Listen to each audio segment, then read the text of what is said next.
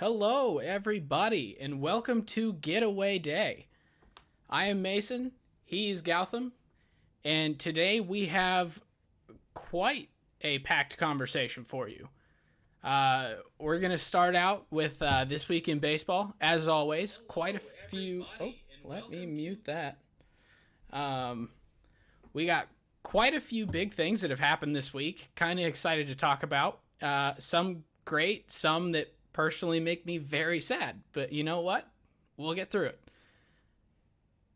I do have the chats now going across the bottom here, so if we reference those, you're now able to read them. Let's see. So we're going to do This Week in Baseball, the stat of the day, and then our main topic for today is minor league baseball. We are now 6 games into the season, so we feel it is a good time for us to break it down, tell you who's good, who sucks, and we're just going to make a whole bunch of predictions. Just kidding. Small sample sizes. We're not going to do that. We're not dumb. But we are going to break it down, kind of explain a little bit of the reorg that happened with minor league baseball, just briefly, and then just kind of give a deep dive into some of the guys to watch, and just a whole bunch of fun stuff about minor league baseball. And then we're going to finish it out with the top 5. So we are back to top 5s this week. I'm going to save the topic for here in a little bit and make it a surprise. All right. So, Gautham, this week, what happened? What'd you enjoy? Well, there was another no-hitter. Oh, there was actually 2 no-hitters this week. So they're pretty much like as common as the days of the week at this point. Yeah, I mean, John Means, Wade Miley, I'm going to debut and have a no-hitter next week. I mean, to be honest, I probably would have named 50 other pitchers before I named Wade Miley if you had asked me to name the next guy to throw a no-hitter. Yeah, exactly. Even on his own team. I definitely would have gone with Sonny Gray and Luis Castillo. Right. And then probably Lucas Sims before Wade Miley. But, oh well.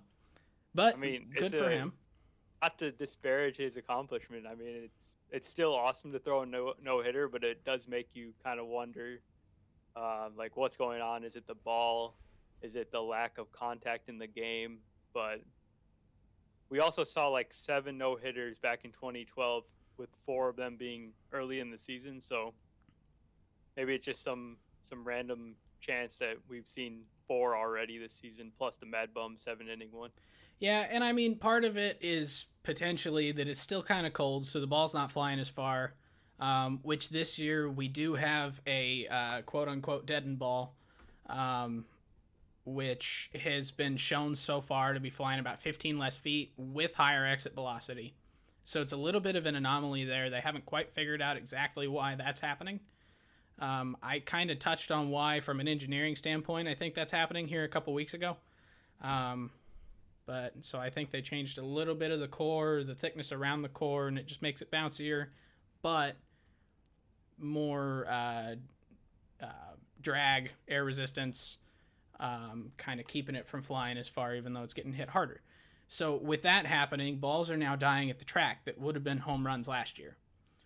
And then, so with the cold weather, it tends to not fly as far anyway, so we could be seeing them now. We won't see another one for maybe the rest of the season. Who knows? But John Means actually deserves a little bit of special credit there, because his no-no was kind of historic. So it was not a perfect game, but it was the most perfect, not perfect game that there could ever be.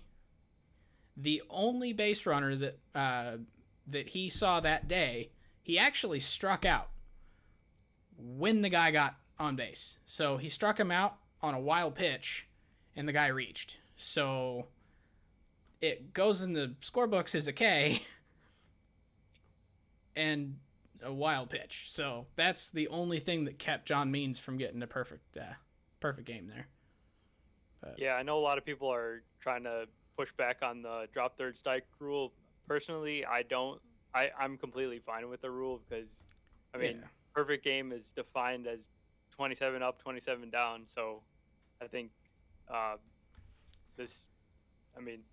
it wasn't that. So I think we should not call it a perfect game. Well, yeah, and that and the fact that like it makes sense for the drop third strike rule to be in effect because it's like kind of You got to complete the play, right? yeah, you got to complete the play, and it's kind of deterring pitchers from throwing stuff really outside that's just really nasty, intending to get someone to swing, knowing that it's probably going to the backstop. So I don't know. It's one of those that like, yeah, I would almost find it or consider it cheating almost to say that intentionally throwing a wild pitch because you know that a guy like 2018 through 2020 Harrison Bader is gonna reach for that low and away slider that's 400 feet from the plate.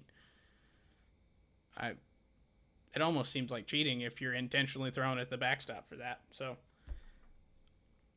I think it's a good rule. There's a bunch of other rules I would rather pick apart in the MLB. Right. Yep. Which I think we'll touch on one here in a little bit. But yeah. No, but Means and Wade Miley did actually get the AL and NL Players of the Week this week. And I believe that John Means had the first AL Player of the Week for the Orioles since 1994. Whoa, that's shocking. Yeah. So they're definitely a franchise that has struggled in the past. They were good there for a little bit in the late 2000s, early 2010s.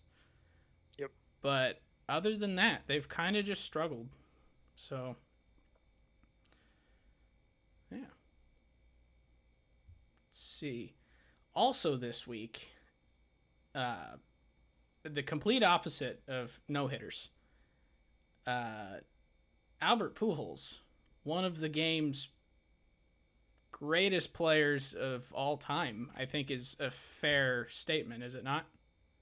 Yeah, easily, and no question, one of the top players to play in this generation. Yeah, he was released by the Angels this week in the final year of his 10-year, $240 million contract. That's right. Yeah.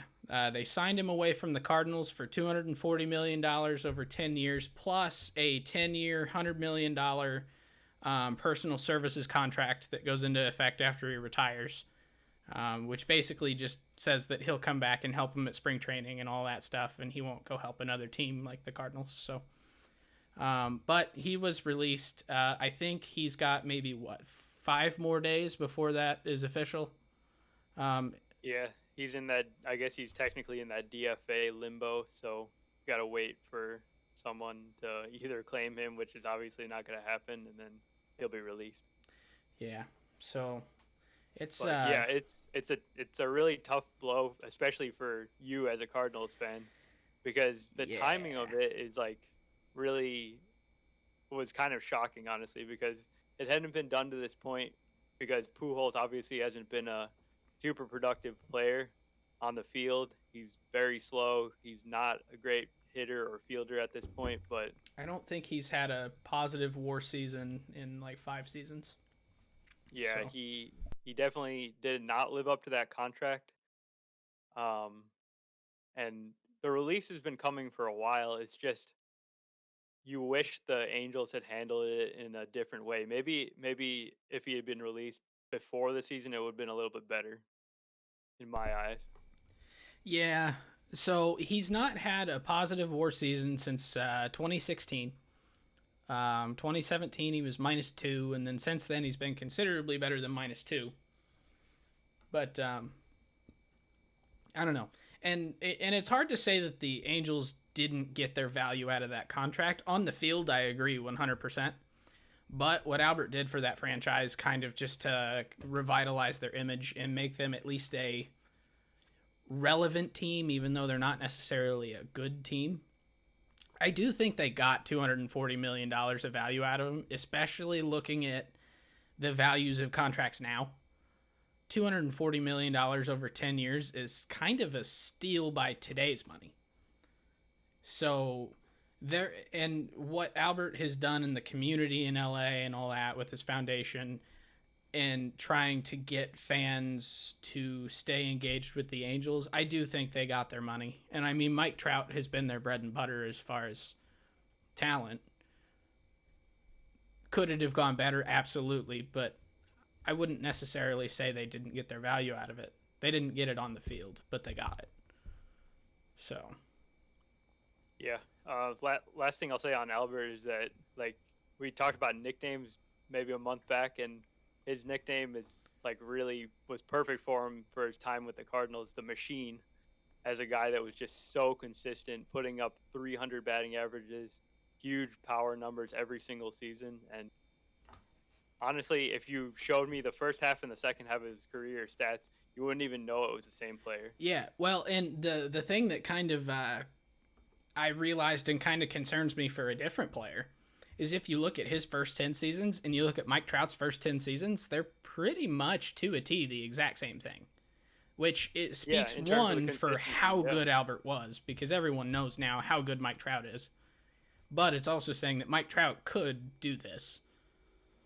So yeah, and that's a great point, like, about how even the players that are obviously the top players in the world always reach a point where they're not that great anymore. We're seeing it now with Joey Votto and Miguel Cabrera nearing the end of their respective massive deals. Really the only player that comes to mind that retired at the absolute peak of his ability was David Ortiz. And that's just like the outlier of the situation. He was like incredible in 2016. Yeah. How was Ripken at the end of his career? Do you remember? He wasn't anywhere near his prime. So no, he was just still playing every day. Yeah. But yeah, I don't know. It's one of those that it's crazy because like these guys can be so subpar for on-field talent for years. It kind of towards the end of their career, I think was it Victor Reyes was kind of the same way as well up in Detroit. Not Victor Reyes. Victor Martinez. Yeah, I mean he shined pretty brightly during his peak and then kind of tailed off, just like many players have done over the years. Yeah, you said Miggy, and I was trying to remember what his name was, but yeah, because him and Miggy were on the same team at kind of the same point in their career. Miggy just had a much longer contract. No, what was I saying though before I went on that tangent? Just talking about like how great these players were in their prime. And then... Oh yeah, and then fan bases. Fan bases. At a certain point, a player has done so much that fans quit caring that it's detrimental for their team to have that player. I've been on Twitter, and I mean, obviously, most of my Twitter is Cardinals baseball. The other half of my Twitter feed is just baseball in general, but you see all the Cardinals stuff because that's about half. But you see all these people that are like, I know it doesn't make sense from a baseball standpoint. They start the tweet with that. And then they're like, but if Mo is smart, he will sign Albert for the league minimum to take the bench spot, which Albert doesn't want a bench spot. I think we all know that. Let him take the bench spot of Matt Carpenter, which is a problem in and of itself because he's making a lot of money and would have to be DFA'd or traded. But no one's going to trade for him. So it'd be the same situation the other way. Or take it from a young outfielder like Austin Dean, who still has a lot to prove. He's not done very well off the bench, but you don't get very many at-bats. John Nagowski, who had a kind of an elite hit tool, but no other tools in the minors. He's on the bench. And then Justin Williams. Actually, Austin Dean's in the minors now. So it's Justin Williams, Matt Carpenter, John Nagowski, Andrew Kisner, who's actually a really good player and our backup catcher. So, but yeah, so you see all these fans that want this guy who, as I've pointed out, has not had a positive season as a hitter or defender in 5 years. And he means so much to that franchise that they do not care. They want him no matter what. So it's just crazy that that's a phenomena to me. Like, I love him. I've got an Albert collection. I love the guy. Doesn't make sense from a baseball standpoint. Yeah, he really doesn't fit, but yeah, I definitely understand that sentiment towards like a living legend. Yeah. But it's the same thing if Yachty would have gone or Waino would have gone. Just for that team, those are the legends that are currently in the league. You don't want them to go. If you get the chance to get him back, you want him. Anyway, I could talk about Albert all night, and that could be our main topic. So I'll let you, any last comments you've got there, and then we'll move on. So.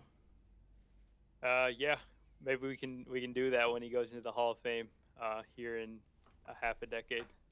I will, since I have a habit of just randomly showing some of my card collection on stream here, I will go ahead and show. I do actually have the 2001 Bowman Albert BGS 9, which is kind of the pride and joy of my collection right now. So that's his pre-rookie Bowman first card. So go ahead and show that one. Let's see. All right, so now that we've talked about no hitters, the drop third strike rule, which is a dumb rule, not a dumb rule. I can't remember what we said.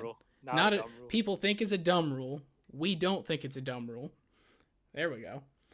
Albert Pujols. Now we're going to switch back to what is a dumb rule, which is the extra innings starting a runner on second base rule. Yeah, so been seeing this a whole bunch. Obviously, games go to extra innings. The runner starts on second base with no outs at the beginning of each half inning of extra innings. And I was at the game on Wednesday, the Cubs game with the Dodgers. They go to extra innings, and my initial thoughts on this rule are basically like, I don't like this rule because it promotes things like intentional walks and bunting and sack flies. Like sack flies. There's not a whole lot of action, and it seems more like station to station, and that's encouraged. And it also doesn't allow the pitcher really any good chance to get out of the inning, because the probability of scoring a run when you have a runner on second and no outs is pretty high. I think the rule would be a lot improved with just putting the runner on first base, or maybe having the runner starting on second in a later inning, like the 12th inning or something. Yeah. I don't know. I was listening to another show today, and they were kind of talking about it with I don't remember which game they were talking about specifically. Maybe was it the Phillies Braves last night that went to 12? There was a Phillies Braves game on Saturday night that was just really crazy back and forth. Okay. Yeah. And then there was a Yankees game, I think, this weekend that did a similar-ish thing. Yep. But they were talking about it, and it's like, yeah, the game is entirely different when you get to extra innings. Because, one, you have all these teams that are using their main relievers to get to the ninth, even in no-save or non-save situations, because they're trying to win in the bottom, so they don't want to give up runs in the top of the inning, which makes sense. But then you get to extra innings, and now all of a sudden you have a guy on second. The team against you, if they're I'm going to lift these stats that I'm about to mention straight off their show that I watched earlier today. So I guess I'll cite John Boy talking baseball. I think it was the Mariners and the Rangers are 4-0 in extra innings games. The Twins haven't won a game in extra innings, I believe. Yeah, so the Twins have not won a game in extra innings or 7-inning games, but they're 12-9 in 9-inning games. Yet the Twins have the third worst record in baseball. So Twins can win in regulation. They can't win if they have the second inning or the second base extra inning rule, or not enough innings, I guess. I guess they score all their runs in the 8th and 9th. I don't know. But yeah, so the Mariners and the Rangers are one of the absolute worst teams in the league. they're 4-0 in extra innings because they sit there and they play small ball. They'll bunt because they can't really hit extra base hits. They'll sack fly. If you hit 2 sack flies in a row, you've scored. And then these other teams have already used all their best relievers. So you don't have your strikeout guys in extra innings because you've already used them. So they were talking about how you almost have to start game planning for an entirely different game if you know that it's close and you get to the 9th and you don't know if you're going to have the lead. It's like you have to put in your kind of second-tier relievers in regulation and save your Roldis Chapmans, save your I'm trying to think what closers aren't hurt right now. Josh Hader. Yeah, your Josh Haders, your Devin Williams, you save them all for extras at that point because you want to strike out the guys when you have a man in scoring position to start. But at the same time, how can you save them? Because you need them potentially to get to extra innings. So it's a little bit of a conundrum there. Yeah. And then for me, it's there in the olden days back in 2019, there was a perfectly good way to resolve a tied baseball game after 9 innings. That was play some more baseball. From my perspective, I don't really understand the intention of the rule besides I can answer this one. Shortening the game and preventing from very long pace of play. But in my opinion, it doesn't fix the pace of play because when you put a runner on second base, the pitcher is immediately under extreme stress. So they're already working slower than they usually would be with no one on. They're working out of the stretch. They're taking extra time between pitches. That's what I saw on the Cubs-Dodgers game on Wednesday. It honestly felt like really long. The game took like forever because the Dodgers scored in the top of the 10th. The Cubs scored in the bottom of the 10th. The Dodgers scored in the top of the 11th, and then the Cubs ended up winning the game in the bottom of the 11th. So it still took quite a bit of time. So I guess they weren't fast innings. Side note real quick on definition of pace of play. Can we agree that the definition of pace of play as MLB sees it is stupid and wrong and doesn't make any sense? Because you're saying that they're saying they're thinking time of game. Yeah, I mean that's essentially what they're trying to do is shorten the length of the game. Where the length of the game isn't the problem. The game is as long as it's ever been. Yeah, and the length of the game isn't the problem. The length of the game is the same as an NFL game. The difference is that the high intensity plays in the NFL are more frequent. So if you're trying to get higher intensity plays in MLB more frequently, quit screwing with the length of the game. Let extra innings go as long as they go. Encourage base stealing, which they're trying to now. Encourage base hits station to station without putting a guy on second base to start the extra innings.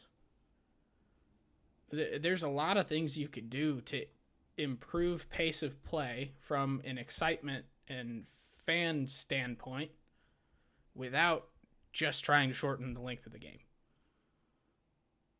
Yeah. And then I guess I'll play devil's advocate to everything that I just said, is that being at that game was actually pretty exciting in extra innings because, you're like on the edge of your seat, or I was standing for most of the extra innings because it's a really intense moment and the game's really hanging in the balance. And you can't see it here, but I have the win probability charts for a couple of extra inning games, and they're just bouncing up and down. So really things can change very quickly, and that is, I guess, kind of exciting. Are you sure you weren't just standing because you were behind one of the freaking poles?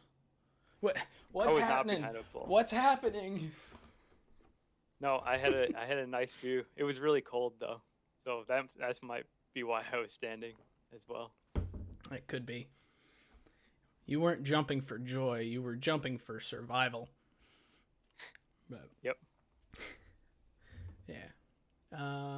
Actually, I do have one of the win probability charts here.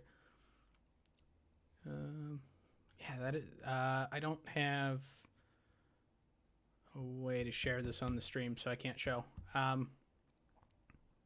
that is crazy though. Where'd you pull these from? So if people are curious, they could look them up. Yeah, you can check out the win probability charts for like any game that's going on or finished at Fangraphs. All right. Yeah, but I don't know. I think that pretty well covers my personal opinion on the second base rule. I personally don't like it just because I think there's better ways to improve excitement of extra innings. And I feel like that almost changes the game too much. So yeah, I'm with you there. And maybe you're right. Putting them on first might alleviate that. I don't know, but just having a man on first. I just feel like they went into it like a little bit too fast without really thinking about some of the ramifications. Well, and I think you, me, and our buddy Matthew, who is actually, I believe it's next week, right? Yeah, so next week, Matthew's actually going to be guest hosting with me because Gautam decided he hates me. It's the only explanation. Yeah, not like I'm going on vacation or anything like that. Oh, yeah, not at all. But yeah, so you, me, and Matthew were talking after a AAA game that we went to because there was a minor league game that right after this had been implemented in the minors, it happened like that day. And we were looking, and I think we started questioning, like, well, there's a whole bunch of stuff that happens. What happens if there's a double no-hitter going into extra innings, and then there's like a stolen base, and then a pass ball, and runner scores from second without there being anything at all that would ruin the no-hitter or the perfect game?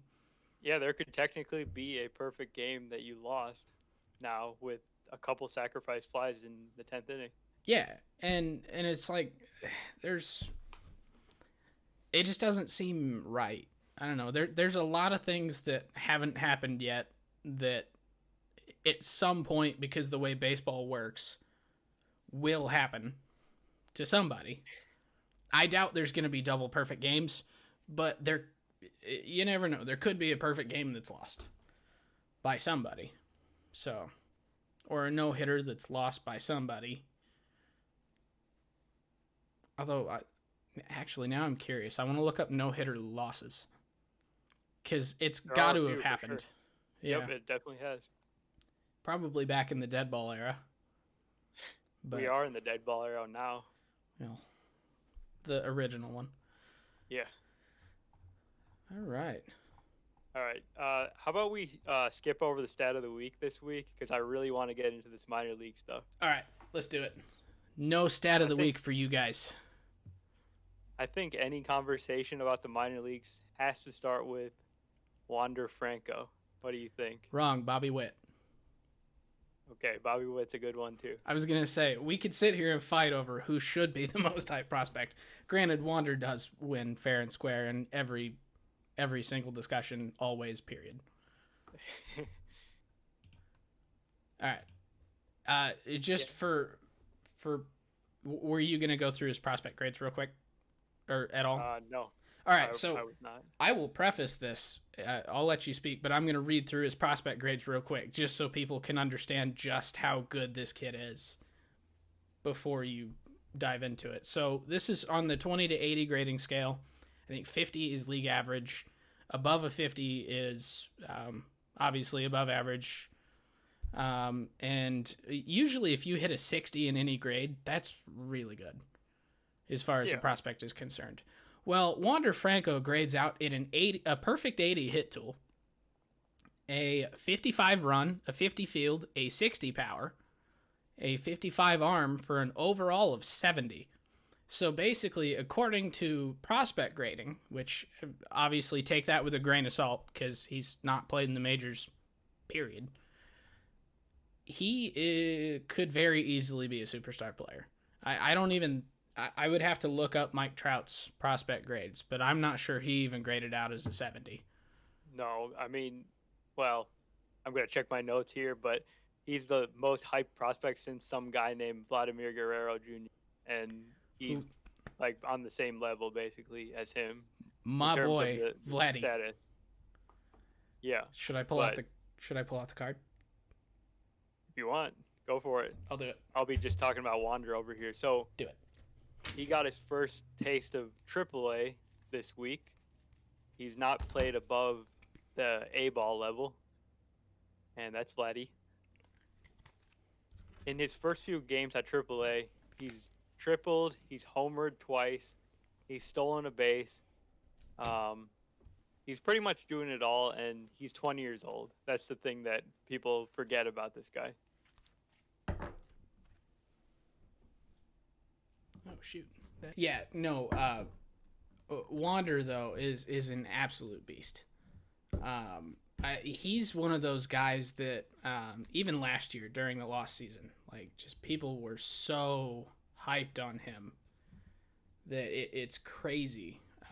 So obviously, I'm big into card collecting, and Wander is like the premier guy that you can get right now. I think his card values are insane, and he's not even debuted in the majors. He, I think his 20. Let's see, what is it? His 2019 Bowman First Mega Box Refractor PSA 10, which that's a lot of words. I think is going for almost $400 right now, and that's a relatively common card. His autograph cards are going for well in the thousands. I think his base autos are probably in the high hundreds, and his numbered autos are in the thousands. But like, Wander is that insane of a prospect. And then he's been showing spring training. I think his price is like tripled at one point. He's probably not going to be in AAA very long because the Rays could really use his help. I know he played some second base over the weekend. He's primarily a shortstop, but I guess depending on how they see Willie Adames, he could be taking over the shortstop or second base spot pretty soon. And that's going to be huge for the Rays because the Rays have a whole bunch of like solid players, but they don't really have that star player that can really make the big difference for them. Yeah, and so would the plan for him be to come up and replace Willie Adames at short, and then would Willie move to second? Because that's where Austin Meadows plays, right? So like, what Austin would happen? Meadows is an outfielder, but yeah, that remains unclear at this point.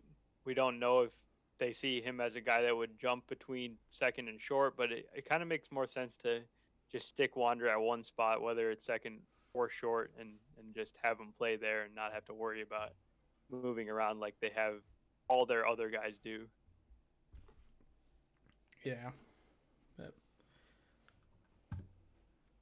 So I guess with Wander though, he's one prospect that is kind of this mega ultra, everybody at this point knows his name, but he's certainly not the only guy who is incredibly hyped up right now. There's the entire top 100 is just probably the most stacked that I've ever seen it, as far as guys still with prospect status that have a lot of very public hype, right? Yeah, hype is really building, and even without the minor leagues last year, I feel like there's been more talk about prospects than I've ever seen at any other time in the past. Another one of those guys really on the precipice, I guess, of the big leagues now is Jared Kellnick of the Mariners. He also started off really hot at AAA, and he needs to be up this week, to be honest. There's no reason for him to be spending any more time down below, especially when the Mariners are putting an outfield of guys like Taylor Trammell and other I mean, not great so players like. I think Jose Marmolejos plays left a lot, right? Yeah, and he's not great. They got No. like Sam Haggerty. Haniger's been fine, but I could see him being a trade chip. And then This, Kyle Lewis in center, yeah, who after his rookie of the year season last year, even if he's only kind of decent at best this year, I think he's locked in at least one full season at center. yeah, So they'll definitely give him his fair shot. So yeah, but no, I agree with you there. I think Haniger is probably a pretty decent trade chip for them. Him and Kyle. Him and Kyle Seager. Make sure I got the right brother there. They'll probably be on their way out at the trade deadline. And guys like Kellnick will be up in their place, and we'll see what happens. And I mean, Kellnick has also got a little bit of a not a history, but a little bit of a controversy around him. In the off season, I think it was maybe February 5th, the former president and CEO of the Mariners was talking to a Knights of Columbus or a Masonic Lodge. Starting to like a Rotary Club, I think. Rotary Club, that's what it was. He was talking to the Rotary Club of Seattle, and they were asking really vague questions about the team, like, are we going to be good this year? And he was giving them very detailed information about how Jared Kelenic won't be up until after the service time deadline because They offered him a big long-term contract, and he said no, so that's why he'd be down to start. And basically detailing exactly how they were going to manipulate his service time. Exactly. And he was not the only person that they did that with. They did that with Logan Gilbert, who is a right-handed pitcher who is the number 28 prospect in baseball. They said that he would be up pretty close after the service time deadline, which has already passed, to be fair, and it's not happened. But that guy resigned, and it's now new people, and they can't pull him up right at the service time deadline then because it's public that they're doing service time manipulation, at which point the player has a very good chance of winning and not arbitration, what's the other word? A grievance, there we go. Filed. Yeah, and so they would end up becoming basically Super Twos, and so they would only have to play 6 years before becoming free agents, and so you lose an entire year of service time. And so there's a lot of issues there. I guess while we're on Mariners prospects, though, they have another guy, or do you want to wait on him? We can go for it. Yeah, so they have another guy who is potentially the best prospects out of all the guys they've had recently, out of Evan White. Did I get the right White? Yeah. Yeah, Evan White. I don't think he's quite on Kellnick's level, but he's definitely a really hyped up prospect. Julio Rodriguez. He's a 20-year-old outfielder. And the thing that made me kind of like remember that is that he was assigned to single A. And this guy's in some places, I think MLB.com has him as their number 5 prospect, or he's definitely a top 5 prospect. So number 5. He's got a lot of buzz right now, but we have to remember that he is only 20 years old and he hasn't had a whole lot of experience, so we really shouldn't be expecting him to break into the big leagues this year, but hopefully next year. Yeah, so Jared Kellnick is the number 4, and Julio Rodriguez is the number 5. And Kellnick is starting at AAA and obviously and expected to come up pretty much any day now. He'll be in the majors. Julio, they're actually not projecting until 2022. So, excuse me. Yeah, but no, he's also a really good young player. And he also had some comments made about him by that former president of the Mariners that were really unsavory and incorrect, I think, based on everything I've heard. But not a great guy to have leading your organization, and he had been there for almost 2 decades. Is not a great look for their franchise. Hopefully they have better people in charge in the future. Yeah.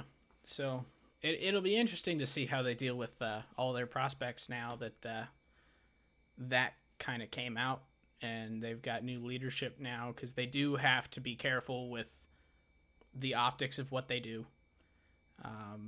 Whether they bring Kellenic up and he is kind of okay at best, if they send him back down, then who knows. But now I think they're at the point where they could pull him up at any time and really not have an issue.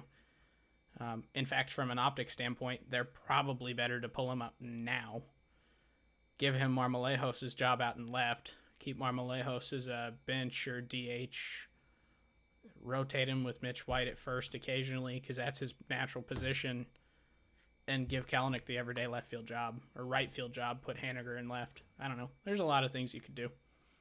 Yeah, I do expect him to be up very shortly, even before Wander, because the Rays have typically been really conservative with their call-up. So I could see him staying down for maybe a month or so, and then Kellnick being here in the next couple weeks, I'd say. Yeah. And then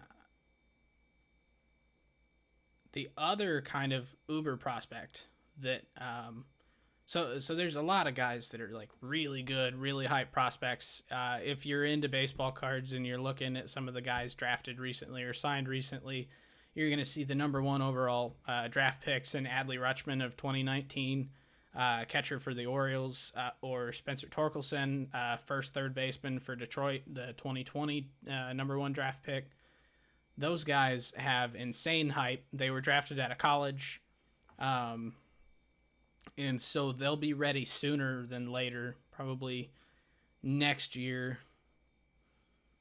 Probably next year for both of them, right?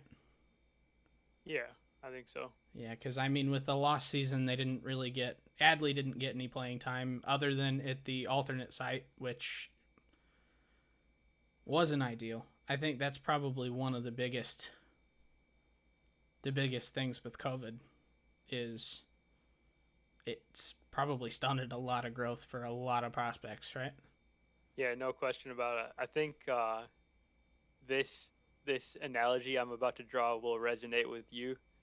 So we're both engineers, and we were in college. We used to do tons of math homework and engineering homework and all that. We were learning a lot of stuff, but ultimately we learned the most when we were actually doing our jobs, and we're actually able to apply some of the things we learned and, be tested in the actual profession that we do. And it's the same way for baseball players. They did tons of training. They take tons of batting practice, fielding practice, whatever, but ultimately they're not going to become that much better at baseball without playing baseball games. Yeah. Which is kind of the reason why this is like the one sport that doesn't really have practice. Yeah. You just play every day. Like, that's exactly. It's the best way to practice the game is to play the game. It's like if you're playing darts, you're not going to sit there and do like push-ups. You're going to throw darts. You're going to practice your aim. It's kind of the same thing. But yeah, so that entire so like the alternate season, site, I'm so glad the alternate site is done for, and I don't have to read any more of those transactions, like option to the alternate site, recall from the alternate site. So we'll have minor league baseball all season long, and promotions, demotions, all that. Yeah, which I'll finish my thought that I started and then go to this new thought that I have. I apologize. I talk in round. I always come back to what I was talking about before. Might take me a while to get there. I will get there. So the other like really, really, really high prospect is Bobby Whitt Jr. So as I said, Adley, Torque, they were drafted out of college. You kind of knew what you were going to get with those guys, at least for the most part. They're obviously not major league ready, but they're close. 2-3 years in the minors max. And they're probably going to see major league playing time. But you draft a guy out of high school, and it's kind of a crapshoot on if he's going to pan out. I mean, how many like first-round high school draft picks can you think of that? Well, I mean, that's kind of a loaded question because it's kind of hard to remember high school draft picks in baseball. But how many have there been that have just not panned out? because Yeah, there's been tons of high school players, especially pitchers, that did not pan out yeah, from the early rounds. I mean, Billy Bean is kind of a really good example of that. The now GM of the A's, the Moneyball guy, for anyone who's seen the movie. He was drafted out of high school, and he was this really big prospect, and then he just didn't pan out. Bobby Witt is kind of that, except Bobby Witt Jr. His dad was a pitcher for a whole bunch of teams. I think maybe 5 or 6 teams in the majors throughout his career. I think he spent a lot of it in Texas. Yeah. But yeah, Bobby Witt is a 19-year-old shortstop in the Kansas City Royals organization, and he's debuting at Double-A. And in spring training, he was impressive. He was hitting. Granted, spring is when major league pitchers are not necessarily locked in, but he was hitting monster dingers. Yeah, it was to the point where they were legitimately debating whether they would put him on the opening day roster. I don't know if that was true or not, but the fact that it was part of the discussion was pretty impressive for a guy that's he played maybe 30 games in 2019 after he got drafted. And yeah, and then he played at the alternate site last year. Yep. And other than that, I mean, he's not seen any playing time.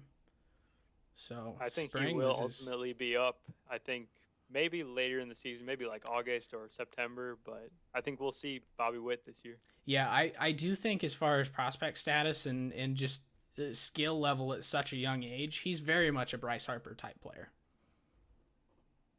Yeah, and one other thing I'll add is if the Royals keep up their good play, they're on a little bit of a losing streak right now, but if they keep winning and they feel like he could be the difference for them late in the season, there's no reason to not do it. And the Royals, on the other hand of the Rays, are not a team that participates in service time manipulation. They're more than willing to promote their prospects when they're ready. Yeah. Wait, so hold on. You were saying the Royals don't do service time? Yeah, I'm saying the Royals are the opposite of the Rays. Okay. Just making sure. It took me a minute. Yeah, no. The Royals, I think last year, Brady Singer was kind of their big prospect. That I think was he on the opening day roster? Like he wasn't the opening day starter, but was he on the opening day roster? Yeah, he was in the shortened season. He did make their opening day rotation, so that was pretty surprising to a lot of people, but he seemed ready and he kind of held his own in his first taste of the big leagues. Yeah, and I mean now I think he's basically their ace already, isn't he? I mean they've got Mike Minor. Do they have Monty? No, they've got Danny Duffy having a resurgent season. Brad Keller's been awful. Singer's been okay, and I think he got hurt recently, but he's still got a bright future for sure. And now Daniel Lynch got his first shot at it this week. He got roughed up in his second start, but his first start was pretty good though, right? Yeah, it was fine. Yeah. But yeah, the Royals are, that franchise impresses me. So I mean the Cardinals are that franchise that always have prospects coming up and they always seem to be good. And people just accept that. And the Royals are not always good. They're far from it. They're good for a short period of time every now and again, but every now and again is on a pretty regular interval at this point. I mean, it's 7-8 years. They'll get hot for a little bit. They'll have a couple prospects, and they always seem to have just these good young prospects that come up and they make an impact. They had, I think Alex Gordon was kind of that type of player. Mike Moustakas, Eric Hosmer. Now they've got, Adalberto Mondesi was kind of between. Yeah, he was between the World Series teams and now. But yeah. I think the core that they're going to build now could potentially be better than the one that they had back in the World Series days. Yeah, I especially think so too. Because it's built around pitching. I think they have some really strong pitchers aside from the ones that are already in the big leagues or close. Because they've got Asa Lacy, who they drafted last year. Yeah, he was the number 5 overall pick, I think. Yeah, he was a top pick 4? for sure. He was the first And pitcher after Max Meyer of the Marlins. I know that. yeah, he was 4th or 5th, I think. Yeah. And Let's then see. they got Jackson Cower as well, another pitcher. So their top 100 prospects are number 7, Bobby Whitt Jr., number 24, Daniel Lynch, number 25, Asa Lacy. They've got, I think they've got more in the top 100. Or not. Apparently not.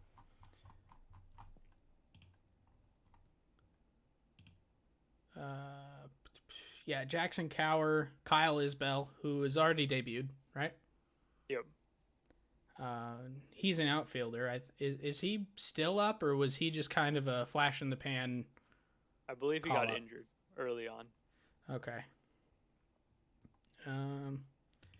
I mean that's really all the big prospects they have, but then they have a bunch of other guys in here that some of them are guys that I've heard of a couple times, and I mean, as far as prospects go, a lot of them that aren't kind of the premier guys, you've heard of them a few times and know nothing about them. I think Lucius Fox, the shortstop prospect, is one of those guys for me at least. But for some reason, it seems like Kansas City always has kind of those lower top 30 prospects that always pan out. So I don't know. I'm excited to watch them because they did start out hot, and so be curious to see if they can regain that form, and get back to winning. But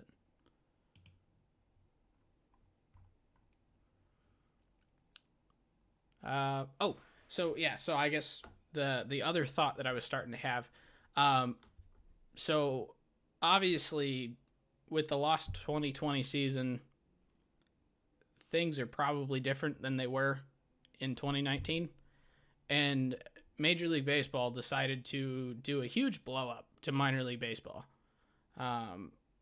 And so there's been a whole bunch of different conversations, and we could have probably 3 different episodes on like everything that went into this. But minor league ball players don't get paid enough to live, a whole bunch of stuff like that. They're traveling for half the year, and then they make like what, $15K a year or something for playing baseball. Yeah, way too little. Yeah. And so there's been a whole bunch of negotiations between the MLBPA and who doesn't actually represent minor league ball players, but they have been fighting a little bit. And then minor league ball players have been fighting the MLB on trying to increase salaries for minor league players. And teams agreed that they would do that if there were fewer teams to staff. So Major League Baseball blew up everything that everyone knew about minor league baseball, where there was rookie ball, low A, high A, double A, triple A, a couple of instructional leagues. Basically, every team had probably 6 or 7 minor league teams, plus their Arizona Fall League teams. Does that seem about right? So there was just this obscene number of teams. And they decided that they were going to cut that down in order to increase payroll for minor league players. So now there's 4 teams for every franchise. There is low A, high A, double A, triple A. And then they still have the Arizona Fall League. They still have their Dominican Summer League teams, whatever. But they've cut down on full season American minor league teams to 4. So they've done a lot of rearranging of which teams are with which minor league teams are with which franchise, kind of locations of what's going to be our AAA, what's going to be our AA, what's going to be high and low A, and they flip-flopped a whole bunch of stuff.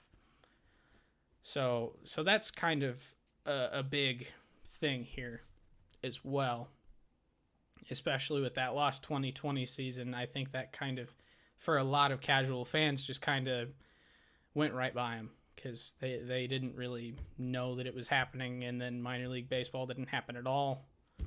So, I don't know. But that being said, I think that there's a lot of teams that are using that for their development of players.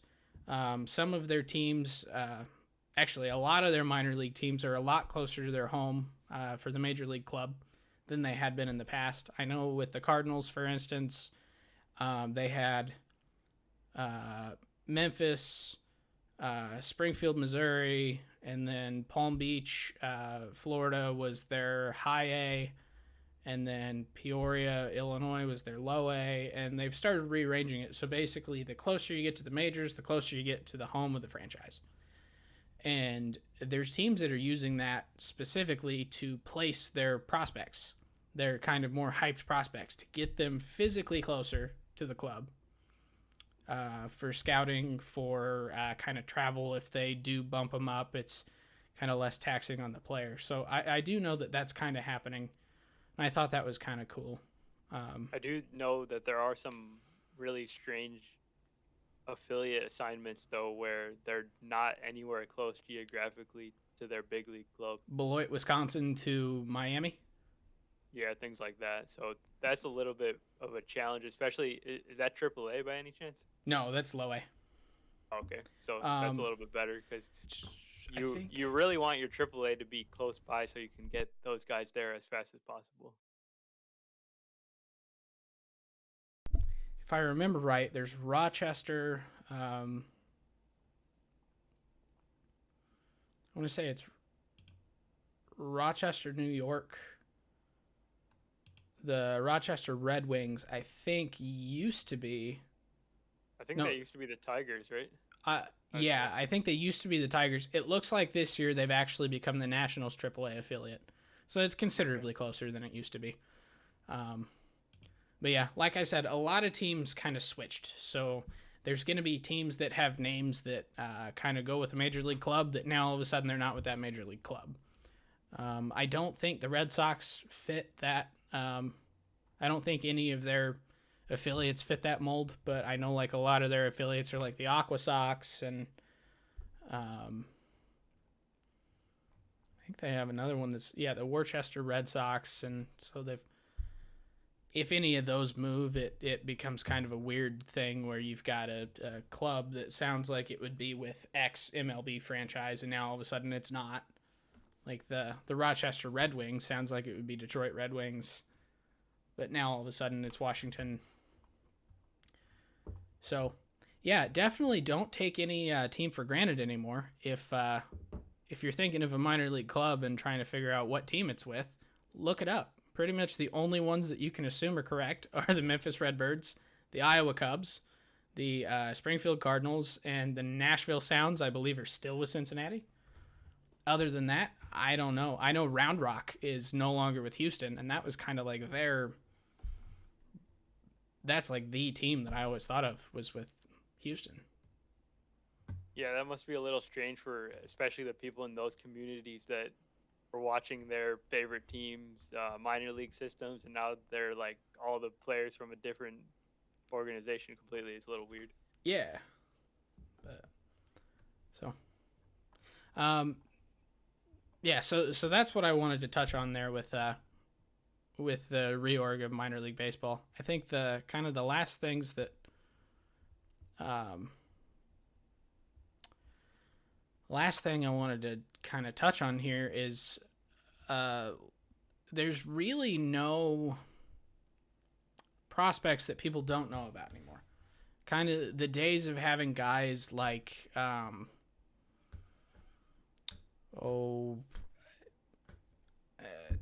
I can't even think of a good example. The first examples that are coming to my head are like Tommy Edman, Nick Maton, guys like that didn't crack any of the top lists for the club. Like they weren't top 30.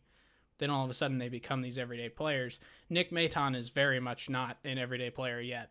He's trying. He's still really young. I think drafted out of Lincoln Land Community College in Springfield back in 20.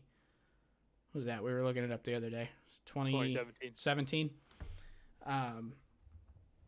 he debuted with the Phillies this year because there were some injuries to Scott Kingery and a couple other infielders. So he came up and he went on a tear. If he sticks, or like guys like Tommy Edman, where they weren't prospects at all, like really, as far as anyone being concerned about, or not concerned, but anyone thinking that they might pan out to be these everyday starters. And then all of a sudden they do. The day of that is kind of gone, isn't it? I really hope not, because that's some of the most fun stories that can come out of baseball, and we've still seen it even this year. And I hope it continues with guys like Yermin Mercedes, Adolis Garcia. They're having like really great seasons, and they were basically no-name prospects. So Adolis Garcia was not necessarily a no-name prospect. I think he was a top 10 with the Cardinals. It's just so far separated from that at this point. And I know Yermin Mercedes was in a couple different organizations. So it's a guy that had been heard of, but he's bounced around. But the day of these guys that are like just drafted or kind of low-level prospects that people don't really know about, kind of flying under the radar. Like for me, Dylan Carlson was even that for me, because I didn't know about him until about a year and a half, 2 years ago. But he was drafted back in 2016. So it's like these guys that they were good players, but not necessarily seen as being a star kind of potential face of franchise, whether they pan out to be face of franchise or not. But kind of think that day is kind of gone, though. It's like you're still going to have the guys that come up late, like your Tommy Phams, your Jose Martinez, your Jeremy Hazelraker. Love that guy. I need to start getting non-Cardinals references. I'll work on that for next week.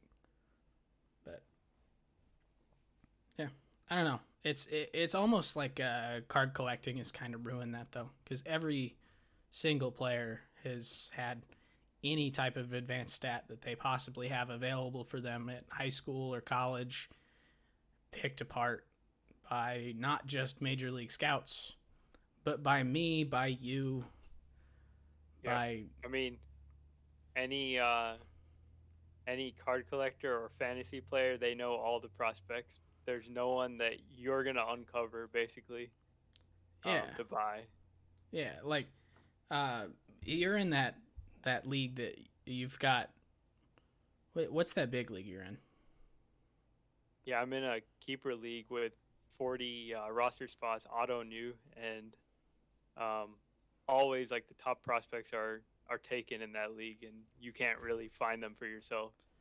Yeah, so... I don't know. It's crazy though. Just there's no surprises anymore. You'll see guys flame out, absolutely. But yeah, and that's the other thing. There's so much expectation for prospects these days to be the next big thing, and that's why they're so pursued in like the card field, I guess. Everyone's looking for the next Mike Trout card, or the next Ronald Acuna or Juan Soto.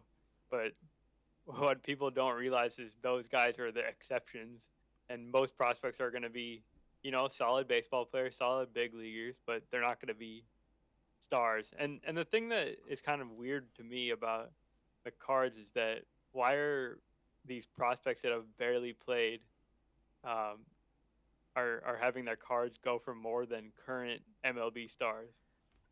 I don't know, but it's worked out for me so far, so I'm not going to complain.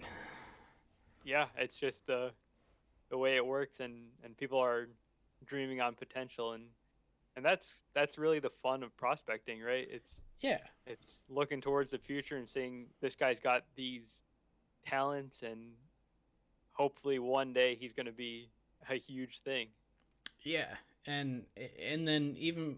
I mean, the guys that are, like, obscenely high graded, like Wander Franco grading out at a 70 overall, like that's kind of hard to not live up to it, honestly, because when you're showing that insane of a skill at even the lower levels, like, It may not translate to be exactly what people want it to at the majors, but you're still going to be a productive player at that point. Having an 80 grade hit tool, you're probably going to be at least average in the majors. So like guys like that are obvious.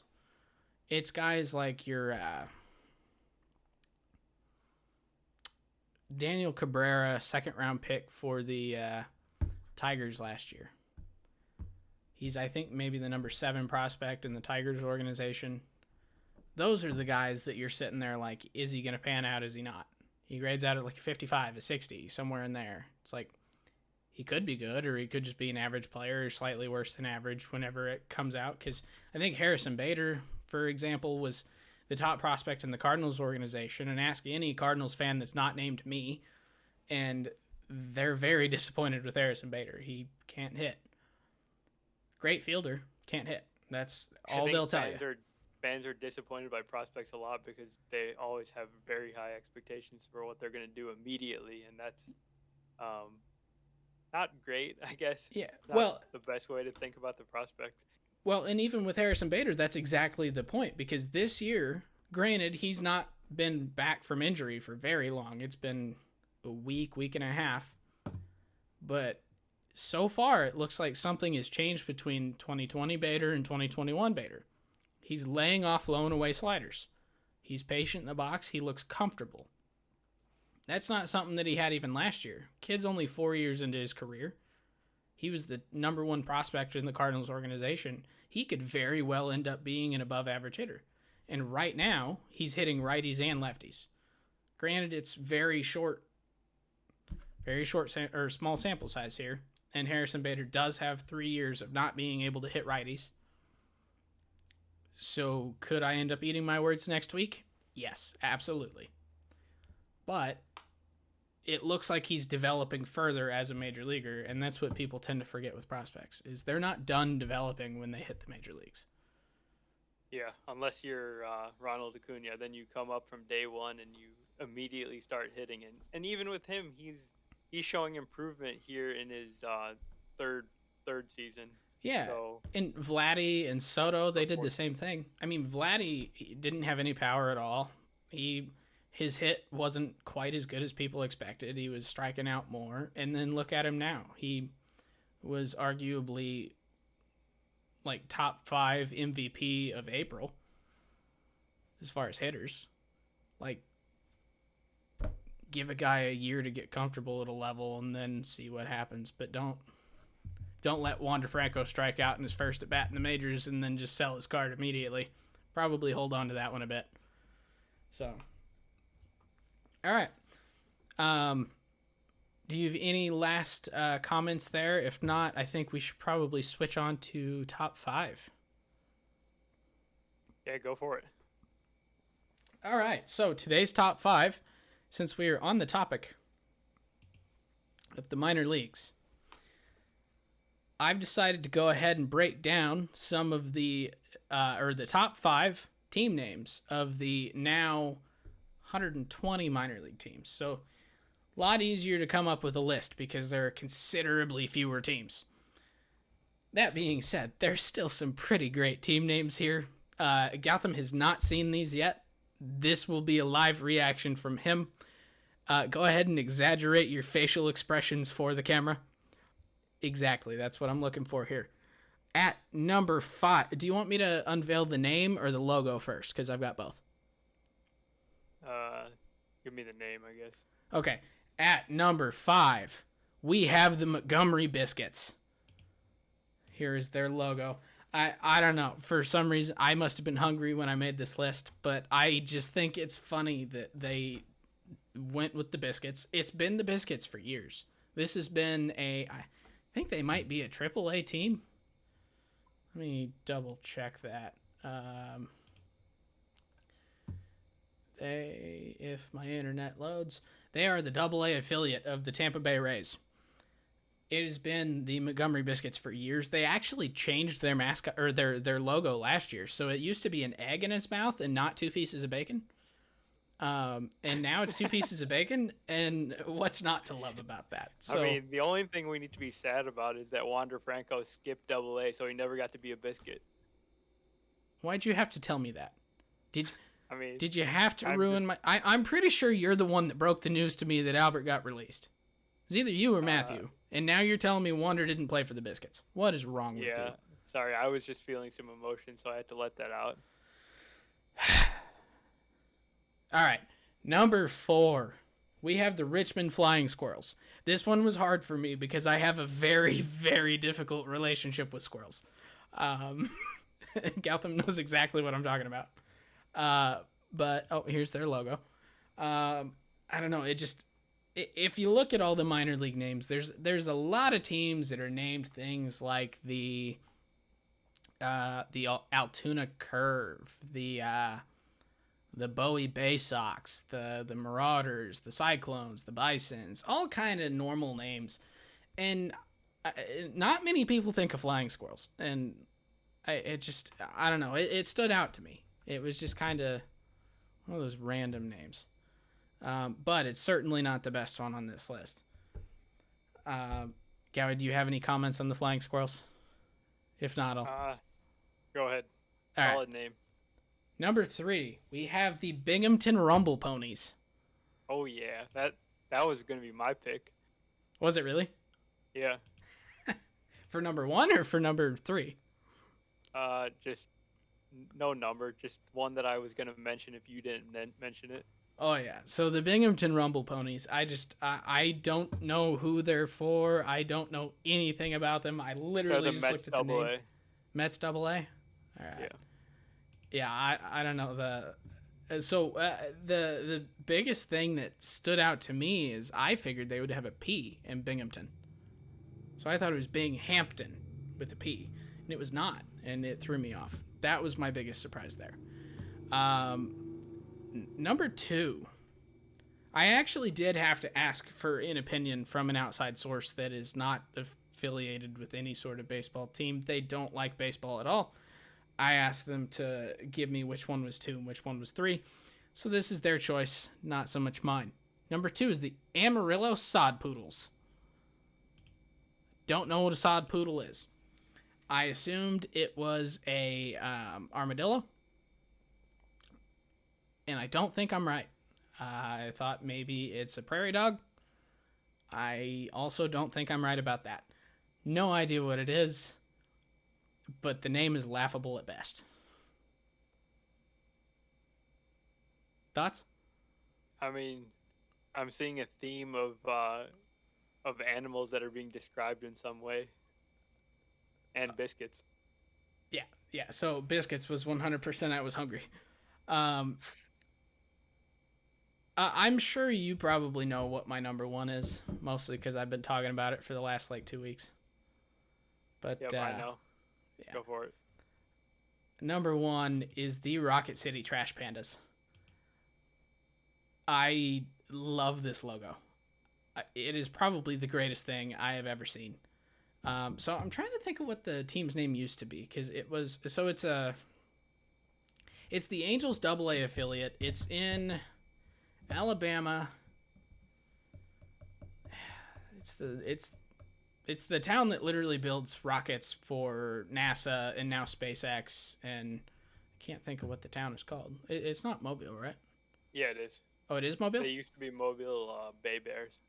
Oh, yeah, which is a considerably less cool name. But this Trash Pandas logo with the raccoon and the trash can that is taken off, I love that. I'm going to get a shirt for the Trash Pandas. I've been looking at their website, but they're all sold out except for smalls and extra larges. So neither one of them really fits me. I will have a Trash Pandas shirt. I will get one that does not say Trash Pandas, and I will wear it in public and just hope someone comments on it. It's going to be great. All right. That is my top 5 best minor league team names. Any disagreements? Any honorable mentions? I think you covered it pretty well. I know isn't there a team called the Chihuahuas? There is. There is I believe it's the El Paso Chihuahuas, and then the other one that I had contemplated adding to the list here is the Jacksonville Jumbo Shrimp. That's a good name. Tasty. Yeah, I know, right? I decided not to do that one because I couldn't do 2 food ones because I was hungry. Like, that couldn't be the reason. I probably would have put them at 4, but I don't think they would have beat the Trash Pandas, Sod Poodles, or Rumble Ponies. But they could have potentially taken the place of the Flying Squirrels, because that is kind of just a normal animal. Yeah, so that's my top 5. All right, so any closing comments, closing arguments for the evening, Gautam? I hope we got you hyped for the minor league season. I'm sure we'll be talking about these prospects when they do make their major league debuts, and we will talk to you next time. Yes, we will. And next time, like I mentioned, I will have a guest host in our buddy Matthew. Gautam is being selfish and going on vacation. I'll try and make sure that my camera doesn't go out of focus. That's my fault for trying to show a card. So I learned my lesson. I won't do that again. But yeah, so we'll be back here next week. And we hope you join us. So we will be talking next week about kind of our ideal expansion for Major League Baseball to 32 teams. So just a small teaser there. So come back and hang out with us next week. And until then, have a good one.